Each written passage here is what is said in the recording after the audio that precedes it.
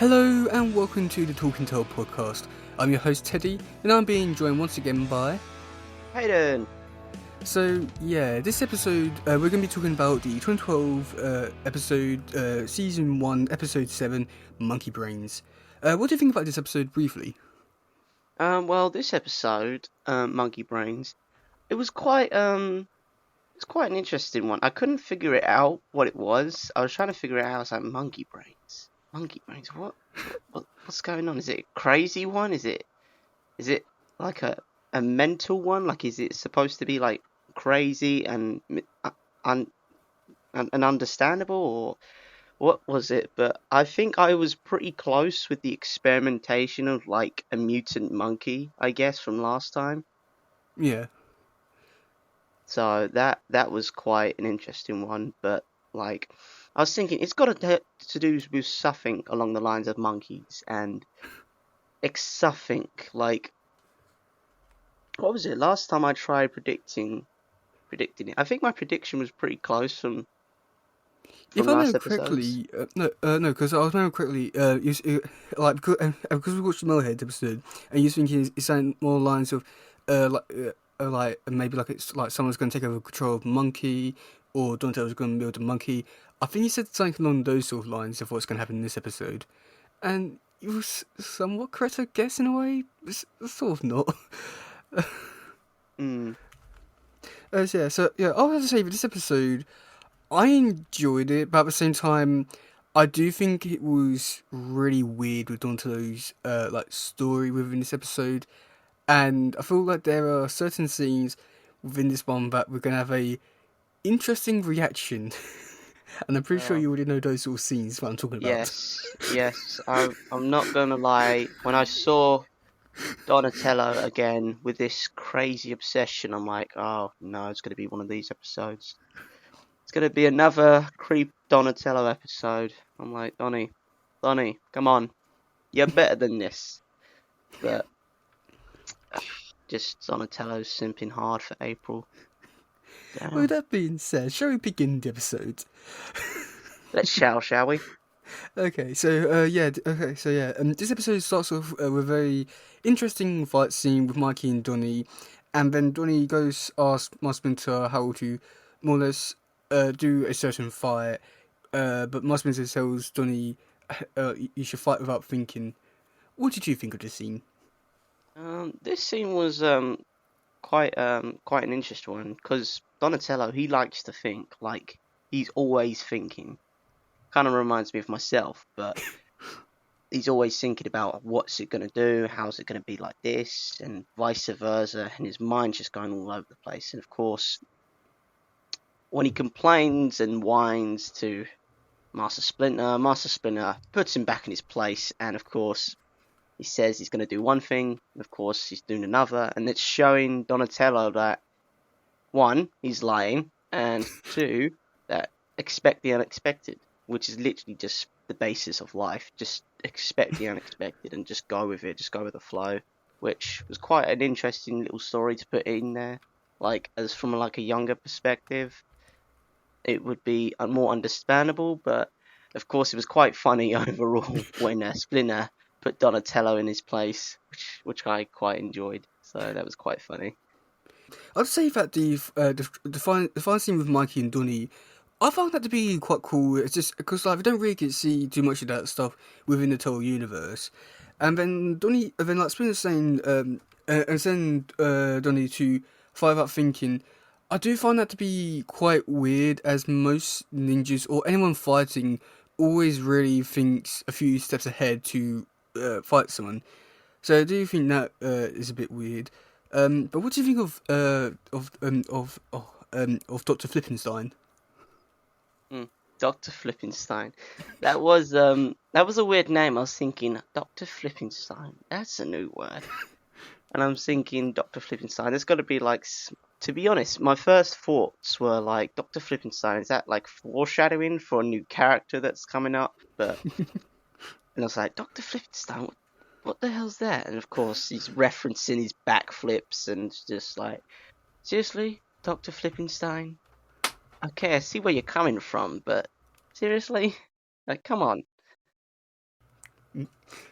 Yeah. And then after that, we got one of our favourite scenes from this episode. Was where Donnie was making a mind map, and the turtles were being weird. And, yeah, do you want to explain? Do you want to Oh, explain your jeez. thoughts? Where do I start? Well, with this scene, I was thinking, oh god. For at first, I thought he was like trying to make a diet plan or something. I'm like, okay, he's trying to get in shape. And then I realised, oh no, it's not a diet plan. It's an absolute creep plan. And he's got everything laid out. And I'm like, Jesus Christ, Donny, my boy, what are you doing? Why do you have to make a plan to simp for April? Like, you would not get away with that in the real world, would you now? I'm just No. saying that right now. You would not get away with that in the real world because it doesn't work like that. In a cartoon universe, yes, 100%. But in the real world, that would not work at all. But somehow, Donny's pulled it off. He's done a flow chart or like a plan, step by step procedures on what he's gonna do with April, and I'm not gonna lie, it is very, very creepy. Like he's just gone from 0 to 100 real quick, if you get what I mean. From Yeah. creep to super creep. Yeah, I would have to say the whole thing is really weird. First of all, he has every sort of situation planned out, and then another thing was like that this map never shows up in the show ever again. So it's pointless, really. But then you do get some like really weird bits with like the turtles like floating vapor or trying to float or not floating vapor, but like, hey April, want to go up with me? And then Uh, like, yeah, that was just that. I'm not gonna lie, that was just like sending the wrong type of feelings my way. I'm like, oh my god, Donny, we need to get you some like lessons, mate, because this ain't working. This is not working one bit. yeah, but yeah, yeah. Let's just agree that Donnie is way too much of a simp for this series. Yes, agreed. Literally, I think this is going to be a recurring occurrence with Oh, Donnie's character. sadly, yes. It doesn't get better from here. It just goes downhill, I guess, right? Mm-hmm. More Krang, more simp. Oh, jeez. Got it all to come. Yeah. Yeah, after that, Donnie and April go off to go find Victor Falco, and that's when they stumble into his lab and they accidentally attack him. What do you think of this scene? This scene was a bit weird at first. I was like, hold on, what's going on here? Like, who is this Falco that we've now seen? Like, a new character, a new happening, and all that. But way before that, when Donatello unlocks a door, and of course he's saying, "Oh, my lockpick can pick any lock," and of course he's trying to be a he's trying to be a big boy in front of April, right? He's trying to be flirty, and of course April compliments him, which doesn't help to his oversized simping ego.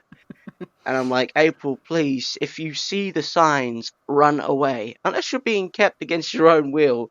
But it would not work like that in the real world. It's like, oh, April, you want to come see a raided laboratory and might get hurt in the process? It's like, boy, sure would I.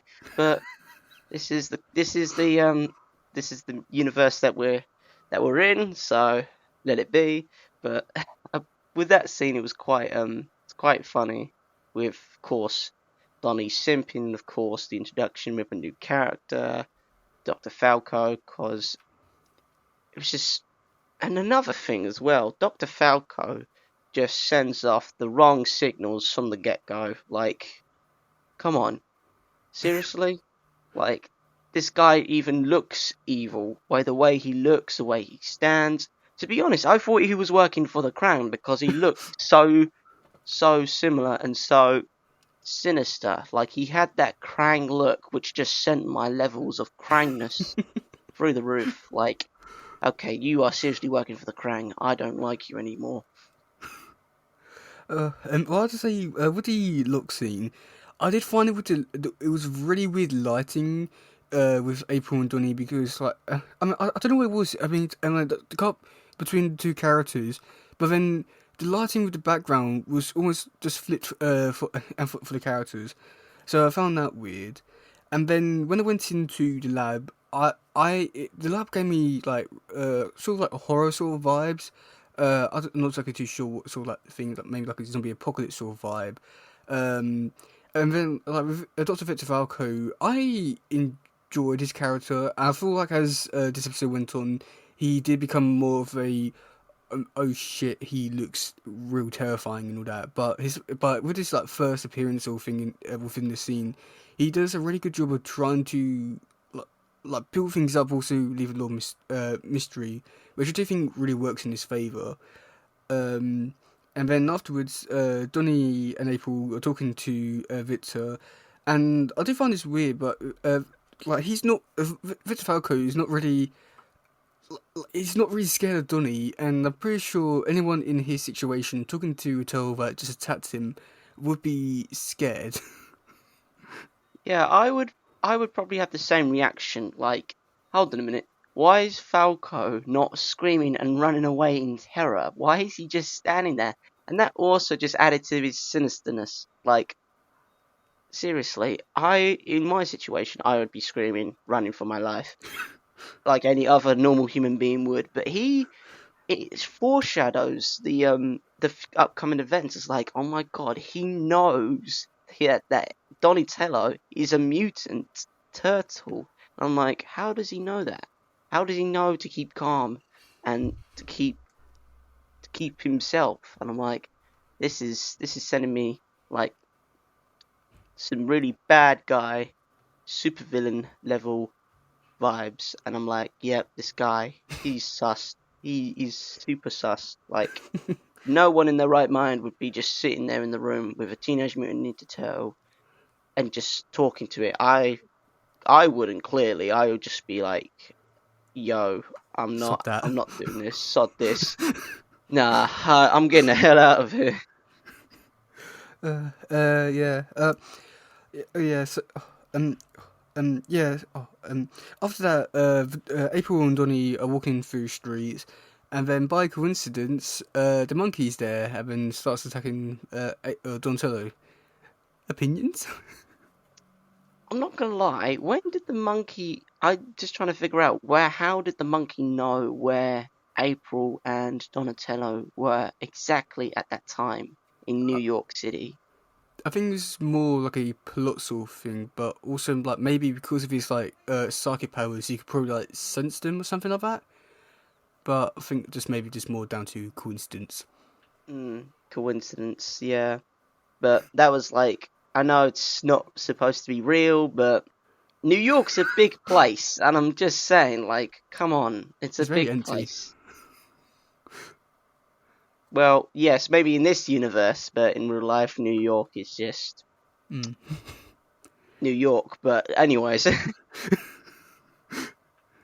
but that was quite an interesting scene because the monkey appears out of nowhere, and we first get a glimpse of this guy, and he's like, at first I thought he was like, hold on a sec, this looks a bit too human-like. I'm like, okay, maybe this monkey's been injected with human DNA, or vice versa. And of course, it's kind of weird. I'm not gonna lie, the eyeballs on him freaked me out. Like, they just pop out like one of those toys with the eyes just pop out. That just Oh really yeah. creeped me out. Like, they just popped out and then popped back in. I'm like, what are you? What is this? It's like, if I saw that, I would either one, be running for my life, two, screaming, and three, hell no. That's just no. That's a no. That's just a nope moment right there for me. Nope. Nope. No. No. And then of course April. April's pretty chill. Donnie's trying to fight him off and trying to look all manly and all that to April, which in the end, it's a total failure because Donnie just is just Donnie and doesn't like to agree that the fact that he failed trying to woo April by getting beaten up by a genetically modified mutant monkey, which okay, if I could see why you're trying to impress her, but you kind of failed at that. So maybe take a step back, Donnie, and try and get the hell out of Dodge, if you get what I mean. So Yeah. I'd say that the fight, for some reason, felt really weird. And I think it's just down to the fact that, like, Donnie's whole story thing was he needs to fight without thinking, and because he's thinking, it's causing the monkey to overpower him. I just feel like that was a really weird story to tell for Donnie, and because in fact, like this, like whole thing about like fighting without thinking, is really weird. Just because like they never bring this ever up ever again, so it just felt so weird and out of place. And then for Donnie to lose, because in fact he is like a full ninja, and to still lose, I know it still feels so weird for me to think that, oh yeah, he lost because he's angry. um, but yeah. Also, I have to say this.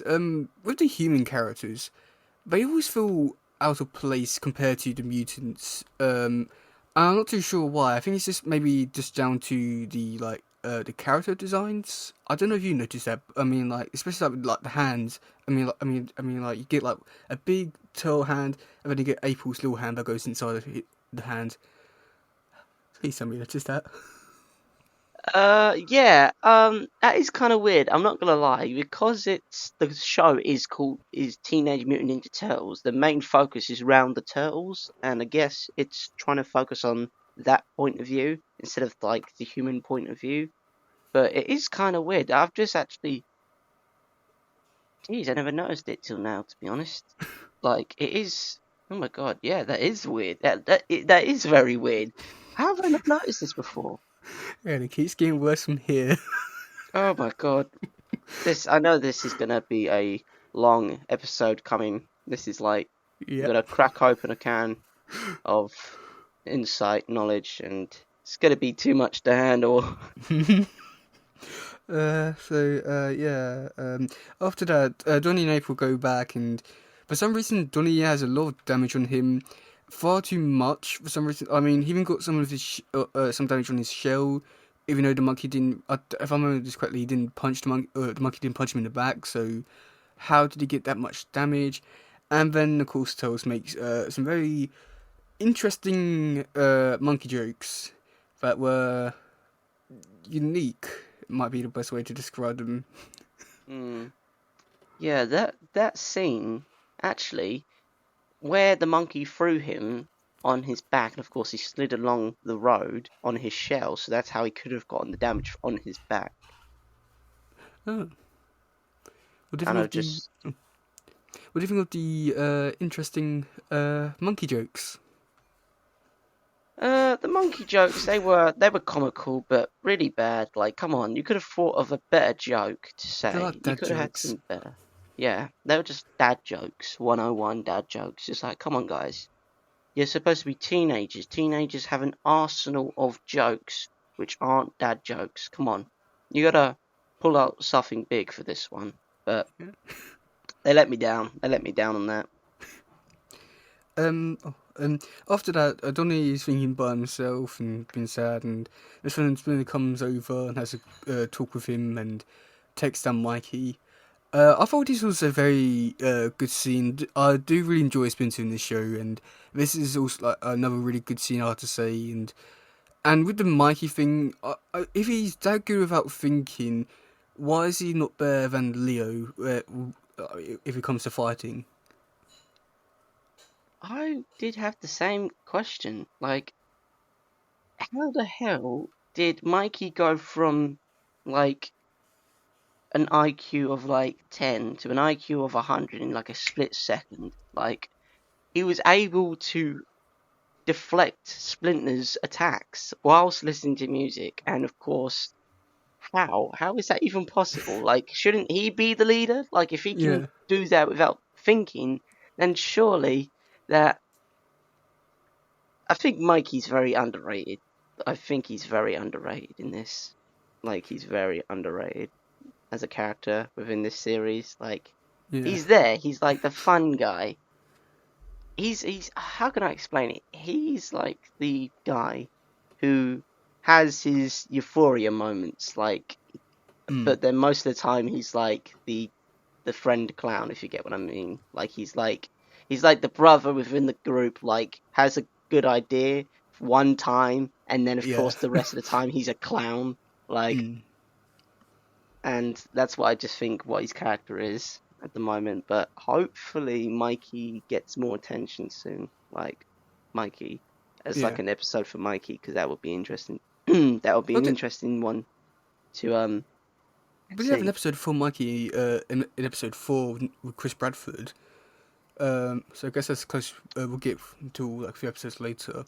But going Yeah. off the Mikey being like like one of the best fighters, I do think it's really annoying just because in this show they never really develop on this idea of like he is a really good fighter and he could potentially be the best. I mean, in the 2003 show, they like 2003 show they see the potential of it, and like they keep going over and over the same story for him for multiple episodes, which like those people complain about, saying like, I mean like. Yeah, it's annoying. Like, keep learning the story, but like, I do feel like in that show they probably utilize it for showing that like, he can be the best if he does put his full focus on everything. But like with this show, they don't really give it any more thought other than this little scene here. So yeah. What's the next scene after that? Oh yeah, after that, Donnie asks for Faithful's phone number to put on his T phone. What did you think of the T phone? The T phone kind of reminded me of the teapot from like previous episode. It's like, okay, they're still going with the turtle theme, of course, because they're turtles. But seriously, the T phone, like, come on, are you trying to make an upgraded version from the teapot? Like, that almost killed you. Like, I don't think after that episode, I don't think Donatello should be building any more like weird contraptions, because, like, I can't believe they just forget, like, oh, Donatello almost killed us by making a Servatoid robot that went rogue and almost killed us all. No, we're just going to bypass that completely, and he's going to make us a new phone, hopefully without any super military hardware, because there's just. But yeah, my thoughts were like, oh no, he's going to build another thing. He's going to do another one. I swear this is going to backfire terribly. But actually, it didn't, which was quite nice. And of course, the T phone's probably another. It's going to be a plot device, I think. The T phone, like, it's going to be used quite a lot more within the series when they're like in different areas of the sea and all that. So T phone, all right, but I'm just thinking, like, hold on a minute, how the hell? Why is Donatello not like some sort of billionaire by now? Like, sure, he's a turtle, but geez, if he could build phones, he could build networks. He built a like military hardware robot. Why is he not president or like the ruler of Earth yet? Like, come on. Do you really want someone like that to be in charge of the world? Actually, yeah, good point. I don't want a giant simp and like, yeah, like, he's gonna have. I know what's gonna happen. He's gonna rule over the world. He's gonna make everyone his like prisoner or something, and of course he's gonna. It's someone's probably already done it in like some far flung universe, like a different part of the comics, and make it canon and all that. It's probably out there, to be honest. Probably. But we're just sticking to this episode tonight. Yeah. Also, after that, because Mikey got a bit jealous because Donnie called T phone the T phone, Raph punched Mikey, and I feel like this is one of those cases where like he was forced humour, where like it wasn't really necessary. I didn't find it funny, and I feels like it's like really hurting the characters. It really makes them just feels like, oh well, I got this slapstick comedy bit here, laugh. I like. What did you think of that scene? Because I feel like that's sort of like scene, sort of like ones for like having throughout the whole show. So I'm quite interested to hear like your thoughts on that. That scene with Raphael and Mikey, it's going back to like like the first couple of episodes, like Raph's explosive temper, like his anger. Like I thought we went past that, but clearly not. Raph is still Raph at the end of the day. He's still got the anger management issues, and he's still got it all to come. But I thought we went past all the mindless hitting of everyone else. I'm like, but nope. Guess he's just Raph. That's his character. If you took that away from him, then he's not really Raph, is he now? Yeah. And after that, Vitel's chasing down the monkey brains. Um, I thought this was an interesting fight. I feel like there was some scenes in here played for love, like especially with Mikey. Uh, I didn't really think too much of it. I thought it was just like an okay one. I do like the fact that like and did keep it quite short and to the point, and didn't really keep going for about 5 minutes. So I'm quite glad with that. Yeah, that was. I'm not gonna lie, it was much quicker than most scenes in the series that we've seen so far. Like, sure, I would have liked it to be a bit longer and of course a bit more action, but of course they've got to keep it tight. And of course they found him pretty easily, like thanks to the help with the T phones and all that. They were able to coordinate a ambush and all that. But it was quite nice, straight to the point. There's no eccentric like master plan and how we're going to catch him. It's like, oh look, we're just going to go out in the city. If someone screams monkey brains, it's like, yep, that's him. We'll get him. But Yeah. yeah, that was quite an interesting one. But overall, I wish there was more development to that scene. But of course, we'll probably see monkey brains again. So Mm-hmm. Well, oh, so, okay. So like, next scene is actually quite a good one, which I really enjoyed. Was the pizza scene with Mikey in this game. Uh, I love that scene. I feel like so many people can oh, relate to that scene so much. that just reminded me of me so much. Like, oh. It's like you can't get off the game, but you want to eat pizza at the same time. So I what do can't you pause do? Fortnite, mum.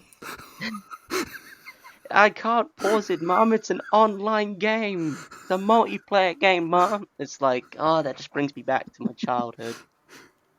Oh. Oh, just so much of my childhood just right there. It's like, oh my God, right there. But I liked his thinking. He just shoves his head right into the pizza box like he's some sort of ostrich and just yeets the pizza into his mouth while still playing the game. That's some coordination right there. Like I Yeah. said, why? Like, there's some coordination right there. Like, come on. Mikey is like, he's thinking about this sort of stuff. He's strategically thinking about this sort of stuff. However, he's so underrated for it. Like I said, he's an underrated character. Like, come on. If someone had that ability, my God, they would win. They'd win everything, in Yeah. my opinion. They'd win everything. Like, but that was quite. I enjoyed that scene quite a lot. It reminded me a lot of my childhood, just trying to play a game and trying to reach for the last slice of food or whatever's on the table, but you can't take your eyes off the screen, otherwise you'll die. And you're trying to reach it, but you can't. But it just reminded me of so much of my childhood, which was kind of cool. Yeah. And then after that, we got to like a really cool scene, with Dr. Victor Falco taking the blood out. I thought with all the rain, it felt like Frankenstein, and then after that with Dr. Victor Falco again, injecting himself with the serum, bloodshot eyes. He looks so scary, cool, amazing, and I want to see more of him. What did you think of him in this scene? Well, that scene, I'm not gonna lie, that gave me some like horror vibes right there with the Yeah. rain. And of course, I quite like the how they use the rain effect with the lightning, like serious Frankenstein effects right there. And of course, with the scene where he tries and takes the mutagen out, like it looks like he's going straight into his head and he just removes it, which I found creepy because Yeah. that just reminded me of Resident Evil vibes right there. And like they're experimenting with monkeys and it goes horribly wrong and causes the end of the world. But that scene was kind of creepy. And of course, when he ejects it, like he takes it from his brain and then he just injects it into him without any tests whatsoever. He just injects it like, let's screw it, let's do it. And of course, he gets these powers instantaneously. And of course, then we see his like insides, which I found kind of cool, like all the blue light up stuff within his skeleton, just to symbolize that he's psychic now. I quite enjoyed that, but the bloodshot eyes, like Amazing.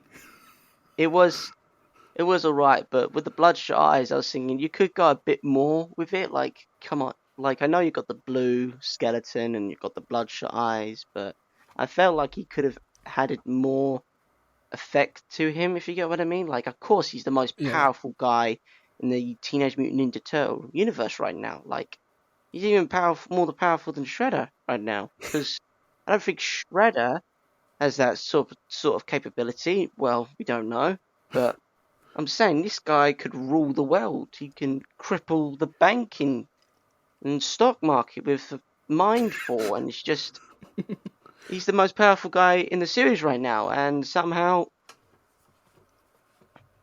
But honestly, it was quite an interesting scene to see him just there. Like, I knew from the get go he was a bad guy. Like, the vibes were there. He looked like Krang. He smelled like Krang. He just didn't feel right with me, and I was like, I knew it. I knew it. He was a bad egg. So I knew it. So that was quite an interesting one. Of course, from a perspective like Red Eyes, like okay, from a younger audience, I'm thinking, oh, he's psychic. But from an older audience, such as ourselves, it's like he's been out one. He's been out on one, hasn't he? He's been out on one. Yeah. He's like he pretends he's psychic, but we all know that he's been out and had a few two drinks and he's come back and he's like, I have got psychic powers and he's pretending. But for the sake of the universe and of course the cartoon universe, he's like, oh, he's psychic now. But you can understand where I'm coming from, right? Yeah. Now I can. uh, Yeah, we had a really cool fight scene with Dr. Fitzfalco, like seeing everyone in terms of like skills they're going to do in the future. I thought that was a really cool scene. The Mikey scene, I thought it annoys me because it felt so stupid in a way and like so forced. The Donny thing, I thought it was okay to start off with, and then like once he like Donny calmed down, fought without thinking. I thought that like was like a really interesting fight. I thought like there's like so much they could have done with the fight, but I feel like it was really short. mhm. Yeah, I'm thinking like, come on, they could have added in some like, cause I love action, and I'm not gonna lie, this scene was a bit bland. Like, of course, it was a lot of intellect thinking from Donatello, and of course, a lot of thinking. It's a brains over brawn situation, which okay, I like, but I'm more of an action guy myself. I like the action, so that was a bit of a downfall.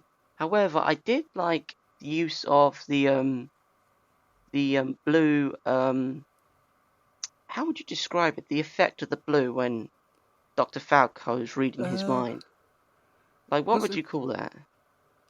like future cells? I'm not just exactly too sure. Like phantoms? Phantoms of the Maybe. future. Yeah, that sounds kind of cool. Phantoms of the future. Oh, That could be some sort of comic or that sounds actually really cool. Phantoms of the future. Yo, I'm gonna write this down. Yeah, and then after that, Dr. Falco leaves. I'm not exactly too sure how he was able to escape so fast, because in fact he was punched multiple times and flung into the wall, but yet still somehow left without the turtles realizing how. I was trying to figure that one out. It's like, is there? Because he got flung into a cage, right? And so I'm Yeah. thinking, hold on a minute. Does this cage have like a back door to it, or like did he just get out? I'm just trying to figure out because there's only one way in and out of that office or lab, isn't Uh, there? No, there was two ways. There was the window and the door, but it still doesn't excuse or like make up for the reason why he was able to get there without Toz noticing him. Yeah, It's, because the turtles were blocking the door. The only other option was to jump out the window, but I'm not too sure that would be a wise choice jumping out like the fifth or fourth floor of an apartment building. So I don't think that was wise, but who knows? He could have been abducted by the Foot Clan, the Krang, most likely the Krang, to be honest. I bet we're going to see him a lot more in like future episodes with the Krang because one, he gives me the vibes that he's a Krang guy, and two, he looks like Krang, he just talks like Krang. Don't like it. He's bad guy, like 100% working for the Krang. do you think every human now is like a Krang? Kind of like they're. I'm not gonna lie. Like I know we're going into the pickiness of it all now. Like, but all the models do look like Krang, don't Yeah. they? Except for April's. A little bit. I think it's just like more the hair, I'd say, like that really defines the people. But I think that might Mm, just be down to like the character designs and like also like it being 3D. They can't really experiment with it too much compared no. to like 2D where like you can like design it however you want. Where 3D they more or less just like get the same character but change it slightly, I guess. Yeah, but I was just thinking, going back to like the with the ref with previous episodes, the character where the episode with Raph and his emotions, of course the guy is filming him on the roof. Like his character was really high definition, it was really in depth, you could see the ugliness in his face. And then of course compared to Falco, okay, he's more pristine, he's more defined. He just looks like a lot like the Krang, and I'm like, he's Krang, definitely 100% working for the Krang. Yeah. Um. Okay. um. After that, Monkey Brain is let loose on New York City, and I got a feeling about a lot of trouble is going to happen with that, because everyone's going to get angry, and well, I don't think it's going to get worse than there. It's New York City. There was a lot of angry people. Wherever they put him, he's going to be angry. So he might have been better off dead. Well, I don't want to say that, but Whoa, whoa, whoa, whoa, whoa, whoa, man. everywhere in the world is angry. What difference will it make? Yeah, good point. I guess you should have just put him out of his misery. But as a cartoon, children's cartoon show, we got to keep it PG. All right, we got to keep it PG. And yeah, well, then the final scene is Splinter says to April that he's going to train to be a Kunoichi. What do you think of this scene? That scene, I found that scene to be one of the best scenes in this episode because I was like, oh my god, she's gonna be a ninja, a female ninja. And I just found that so cool. Like, oh my god, she's a ninja. She's gonna become a ninja. And of course, I don't know why, but I could see like, I don't know. There is probably a comic where a female Ninja Turtle is trained by Splinter, and of course, I'm getting Oh yeah, there vibes is. that yeah, of course there is. And of course, I'm thinking, oh my god, this April becoming a ninja. This is gonna be so cool. Like they're gonna have like they're gonna like the turtles are gonna have like a sister in arms, if you get what I mean. Yeah, Like it's gonna be so cool. April's gonna become a ninja. She's gonna hone her techniques and powers. Of course, Splinter's gonna train her. Then of course Donnie. Oh god, now I'm just realising how this can be in Donnie's favour. Oh gosh, we're going to see a lot more of that simping phase with Donnie and April now. Oh jeez, that's all to come. Great, but yeah, that scene I found that was one of the best scenes because I'm like, oh, she's going to become a ninja. She's going to become a ninja, yeah, and the, that's what I want to see. yeah.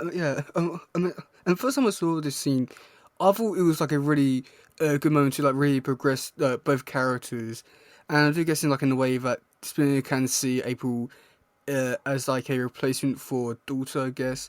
So I do feel like there is like so much potential in terms of like storytelling which they could do. Like I don't know, like there's so much potential they could do, and I feel like having it like quite early on in the series is like a really good way of setting things up. But then we go into a interesting scene that ruins it all, with Donnie asking April to train with him. Yeah, that scene was another downfall in Donnie's character. Like, Donnie, just say, you don't have to confront a flowchart to say, oh, let's train together sometime. You don't need to go and do that. Just think, like, you have the biggest brain out of everyone in this universe right now. You've defeated tons of villains, but you can't talk to a girl. And of course, like, excuse me, they haven't had experience talking to like humans, especially female humans. Of course, Donnie is deep down. I love Donnie. He's literally me, but Worse. I can't accept him for this simping man. This is not Donnie. You're a ninja turtle. Stick to the grind set, my guy. She will come to you, and once you start fighting bigger bosses, bigger enemies, she will fall to you. Don't worry. You don't need to go chasing after her. Worry about you and your boys, your brothers in arms. That's what I'm thinking. But you just don't have to confront a flowchart. Like, it's in the moment. You do it in the moment. You don't confront a flowchart. You just do it. No hesitation. If you get rejected, you get rejected. That's literally how the world works. Just stick with the grind set, Donny. Stick Yeah. with the grind set. Turn that mindset into a grind set. Don't go chasing after. Don't go chasing after her. It's just nah. Yeah, I don't know. I just think everything about the scene, it. I know. I feel like it's one of those things where basically it has potential to set things up, like in terms of their relationship, or like relationship, and but the thing is, it just comes off as so creepy and weird to the point where like you don't want it to happen, and you don't want to keep watching. I say, had the scene not been within this episode, and maybe put in like next episode as the beginning, I feel like it probably would have worked best as like it has like a really good ending, and then you go into something like this, and you just having like you've on it, okay. I think like the best example or like the best way to describe it is like with like a movie, like you're watching it, you're having a really good time, and then like the ending is really bad. Yeah, I mean, your only thoughts about this movie it would just be like bad because of the final scene, and Mm, that's almost like with the episode where like good episode, but that one scene ruins it, and overall the episode goes down a few pegs because of that one scene. yeah, I agree with you on that one. I agree with you on that one. Like, the episode was good overall. Like, I loved the sidekick and all that sort of stuff. But then it's just that one scene that just ruins it all, and just like, oh, jeez. It's there's no word. I think the only word that I can describe that scene was just pure cringe. That was just pure cringe. You could back me up on that, right, Lewis? Oh yeah, That was just cringe right there. I'm yeah. like, I can't keep going down this path with Donnie and this cringe phase. Sure, I'm hoping. Oh God, I'm hoping. Like, I'm praying that this set phase will end for Donnie, and that he realizes that he's good enough as he is. Like, you don't need this fancy stuff just to get the girl. Like, just please, God, allow him to stop being cringe. Like, come on, please. And I would be surprised. I know it's probably gonna happen, but I would be really surprised after all that's gone through, like all the last episodes, especially last episode where he can literally confronts her and tells her how he feels, and April's like, "All right, chill." It's like, after all that, I'm just thinking like, I'm just praying for Donnie. I'm Uh, gonna pray for him. He's. I'm hoping he comes out of this phase, but I don't see it anytime soon. So on the we'll have to see what happens. on the bright side, next week's episode there's like maybe one scene that has something to do with simping, but that's about it really. So Okay, at least we don't have any simping scenes for like okay. quite We a, get a quite break. We yeah. get a break. Thank you. Actually, I think it's quite. Actually, we've got like quite a few weeks actually without any simping scene or any major simping scenes. Oh, Yay! oh my God! Yes, my prayers have been answered. What do you think about this episode overall? Well, this episode overall, it really did knock my brains around a bit. Like it was a lot of thinking. Like monkey brains, monkey brains. What the hell does that mean? And of course, we now found out that it's a new character called Monkey Brains, and of course, it's.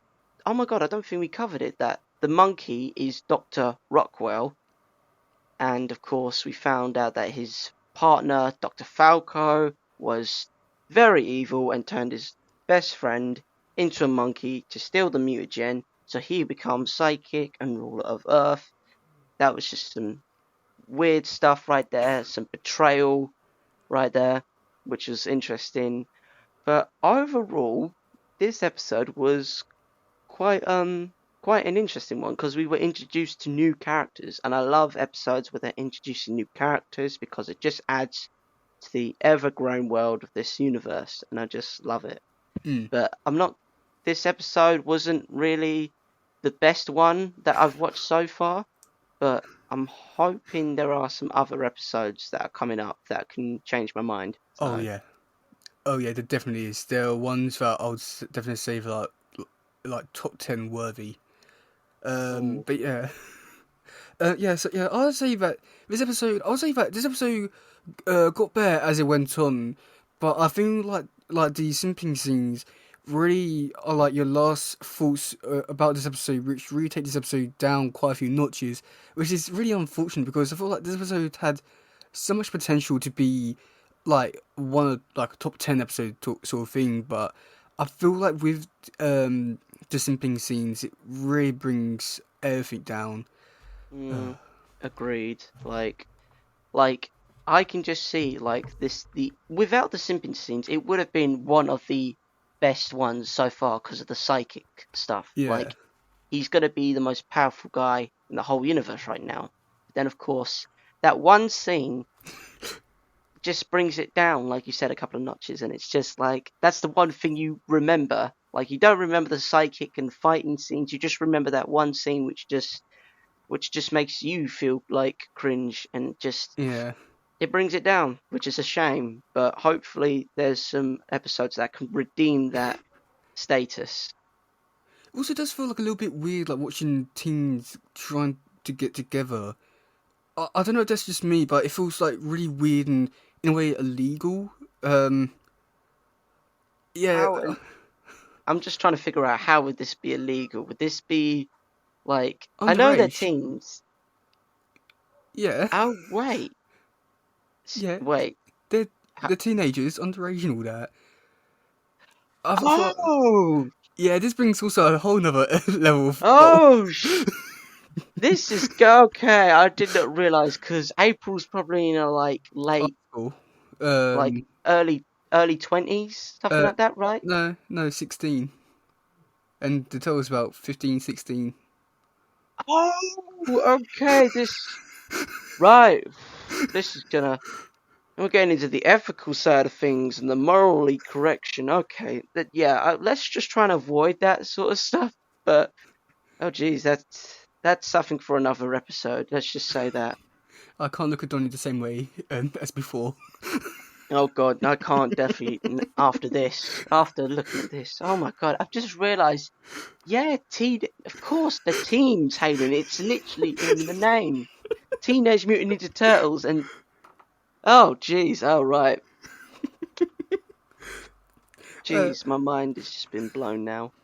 do you want to go on to some Oh, trivia to erase yes, some let's thoughts? shall we? Okay, so moving on to trivia. Okay, after Donatello's defeat by Tyler Rockwell's mutant ape self, um, he's questioning how he a lifelong trained martial artist could be bested by a mindless mutant animal.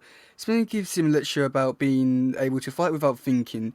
Using Michelangelo as an example, um, here Spinner is talking about the Buddhist concept Sanrutu, which is Japanese for something else. I'm pretty sure I said that wrong. When April and Donatello are out investigating, April was wearing a Greg Sipes line of holster accessories, and she's known for wearing them again in a future episode. And Greg Sipe was the person who did Mikey. The T phone ringtone is the same theme song or like same like sound for the original 1987 TV show.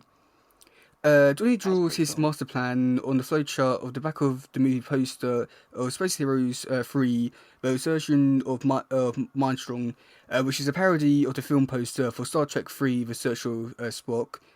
April's phone number is on the Tell's fridge. I don't know why that's on trivia. Splinter called Mikey for once. Again, I don't really know why that's on trivia. I would be thinking, hold on a minute, doesn't he call Mikey Mikey, or does he have another nickname for him? He just calls all his sons by their names. It is better in Rise of TMNT because in that version, Splinter is a crap dad and he just calls the Toes by their. It goes blue. Okay, that's a bit. Yeah, blue, Yeah, red, yeah, orange, purple. Get over here. yeah. It does that. It doesn't know the names. Oh my god, that's bad parenthood. That's bad parenting right there. Hmm. Okay, do you want to hear the cast? Go on then. Okay, so we have April voiced by Mae Whitman, Donatello voiced by Rob Paulson, Leonardo voiced by Jason Biggs, Michelangelo done by Greg Sires, Raphael done by Sean Astin, Colours Chang O'Brien Gambe voiced by Jim Miskimi, Spencer voiced by Hoon Lee.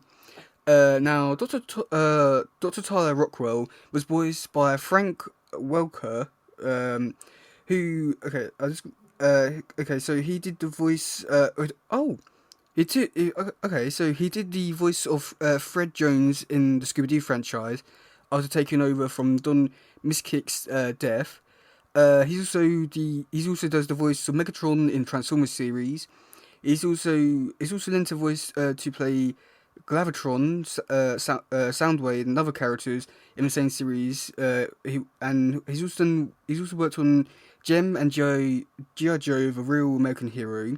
He voiced Ray Stanley in both Real Ghostbusters and Extreme Ghostbusters. He voiced Slama in the All Stars in the cartoon All Stars Rescue. So yeah, did you like have you seen anything from him? I have heard his voice before, and of course, like with the Scooby Doo franchise, I've heard his voice, and that voice brings back memories like Scooby Doo, all of that sort of stuff. Like his voice is like, oh my god, why does his voice sound so familiar? And now I know Scooby Doo. Which Uh, series was he from the Scooby Doo again? Because I know his voice has been in a lot of I think he just took over the voice of him. I think like because I know in all the series they basically take the same cast. He took on the role after the first person died, so I'm not exactly too sure when he took. I'd probably say about 80s, maybe you want to say. I mean, just by looking at his picture, maybe 80s, maybe 2000s. He took on the role. Yeah, he would have been in the latest. He would have been in during the 2000 version of the Scooby Doo franchise, but it was just so good to hear his voice again from a childhood. That's so good. And then for Dr. Victor Falco, he was done by Jeffrey Allen Combs. He's 67. He's an American actor known for his roles in horror films Reanimated and his appearance playing a number of characters in Star Trek franchises. The Autobot medic Ratchet in Transformers Prime, the Question in Justice League Unlimited, and Brainiac from Injustice 2. He's also the voice of Victor Falco in Twin Toll series. That's actually quite interesting, like in terms of the characters he voiced. Yeah, Like, Like the Transformers, like uh, that was the Transformers as the medic. Yeah. Oh my god. Oh my god. Oh my god. I'm now just seeing. Okay. Yeah. This bring back memories. This voice. This I remember this voice. This voice was a part of my childhood right there. Like, especially with the Transformers and all of that, his voice is just profound within the universe. I'm assuming Transformers, but this is in Justice League Unlimited, and here like he did the voice of the question, and I was doing the voice of Victor Falco. It sounds it sounds on point for the for, like top character who play, but at the same time, it sounds so weird to hear that character, but voicing another one with the same sort of similar voice. Oh, I don't know how I feel about that now. Mm. It's really But my he does do a childhood. good job at it, though. He does Oh do a yeah, good job at it. and yeah. Okay, so for next week's episode, the title for it is called "Never Say Xavier" or Xavier. What do Never you think is good? say Xavier. Hmm.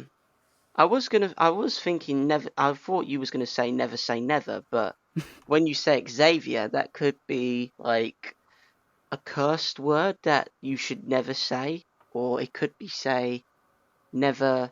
Could be repetition of never say never, or something along those lines. But never say Xavier. I'm Or not too Xavier? sure. I'm not too sure how to say it because it's basically spelled like never, but I take the N out, put the X in there. So Xavier? X never. Hmm. To be honest, I have no idea. This has really thrown me off now. Hmm. I'm pretty clueless. I have no idea. I got a feeling like a lot of these ones, like yeah, okay, yeah. I'm just looking at like the list of the episodes and just realizing you're not gonna say like most of these until you actually see them. Yeah, like I'm clueless. Like I'm scratching my chin here. I'm like, never Huh? say X never. Like I don't know. I really have no idea. Cause I am watching these episodes as they're in order, completely fresh, from no experience of the series whatsoever and having a new perspective of them, but I really don't have any answers for you. Like I can't think of. Usually, my mind would be going off like it Yeah. could be this, could be that, but I can't seem to think of one today. It really is. Never say X never. This is just could be a code word. It could be a code name. Could be a new character's name. It could be a many variables that I just can't think of what it is. I'm stumped. Oh, okay. So I'm gonna say this. It's not spoiling anything, but the characters for about and appear if appear in this episode or next week's episode, you're gonna love it and you're gonna be wanting more. Is it it's that good? it's just the characters that they use. That's all I'm gonna say. That's gonna hype it up. Oh, all right. Okay. Now my head's thinking. Okay, what characters could they use? They could use that guy, him. They could. I don't know. I can't actually get an answer out. It's just okay. The anticipation's killing me now. Right. You can do it. Ah. Whenever you watch Oh, next week's episode, okay. I'm gonna say this like when you watch next week's episode and look back on this one and hear what you say, or like you're you're still gonna hate yourself for like not seeing I'm it. gonna kick myself next week. I Oh am yeah. seriously gonna kick myself. I'm like, damn it, I knew it. It's gonna be one of those episodes. I can just see it happening right now. Who do you think's gonna appear in the episode? Um, I'm not too sure. Maybe we get to see a bit of Shredder, I guess. Like, cause we saw him in the first episode, first couple of episodes. I'm thinking, come on, he's got to come in now. But then, of course, he's still got Krang. That's still in the picture. And I'm thinking they haven't defeated the Krang yet, so we can't go on to see Shredder. And I'm not gonna lie, I really wish they would defeat the Krang ASAP because I can't take the voices anymore. Just defeat the Krang and go to Shredder. I want to see Shredder more than the Krang. I know that may sound like, I know people are gonna have some issues with me saying that the Krang is like one of the worst factions within the universe, but I just can't wrap my head around their like they're superior beings and they can't even figure out a voice box to use. Like, even the Alexa voice would be better than theirs. I'm just saying. Oh my. I'm just saying that now. I need to get it off my chest. I need to say it. But yeah. But we'll see what happens next week and see if I'll kick myself. I'm probably am. It's gonna Oh yeah. happen. It's gonna happen. But yeah. Let's see what happens, shall we? Yeah, that's all I've got for this one. Do you have anything else to say, or do you just want to do the outro? To be honest, this episode was. I rate this episode. The sidekick was a new area of the universe within the Turtle universe, and it was quite cool. And of course, it would have been better if there wasn't any simping scenes, but this is Donnie. It's going to happen. We'll get over it, but overall, this was a interesting episode to say the least, and like the I like the new development of the characters in this scene, like especially Dr. Falco. Like, his voice, his character, and his power. Like, come on, like, he's the strongest guy in the universe right now. But we'll see what happens. But apart from that, I'm all episode out, to be honest. Like, this episode, I've got nothing else for this episode. I think we've gone through the main priorities, I believe, this episode. So Yep. yeah. Cringe from simping. Check. Yep. Cringe from simping. Donnie's creepiness. Check. Yep. Donnie's Wanna a kill major myself? creep. Yep. Yep. The ethical and moral concerns of the teenagers. Check. That's gone through as well. Oh, this is a very, very in-depth episode tonight. I think we've got a lot through tonight. So Yeah. it'll be interesting what happens next week. Yeah, that's gonna be it for this week. Like always, if you don't leave a comment or a review, you can leave it in the comments section below on YouTube, or what the other option is to send it via Anchor through their app, or I feel like maybe also through their website. But yeah, either way, if you send it through, we'll read it out and answer it and whatnot. But yeah, that's been another episode of Talking Tells. I've been your host, Teddy. And I've been Hayden. And we'll catch you next time. Bye! See ya.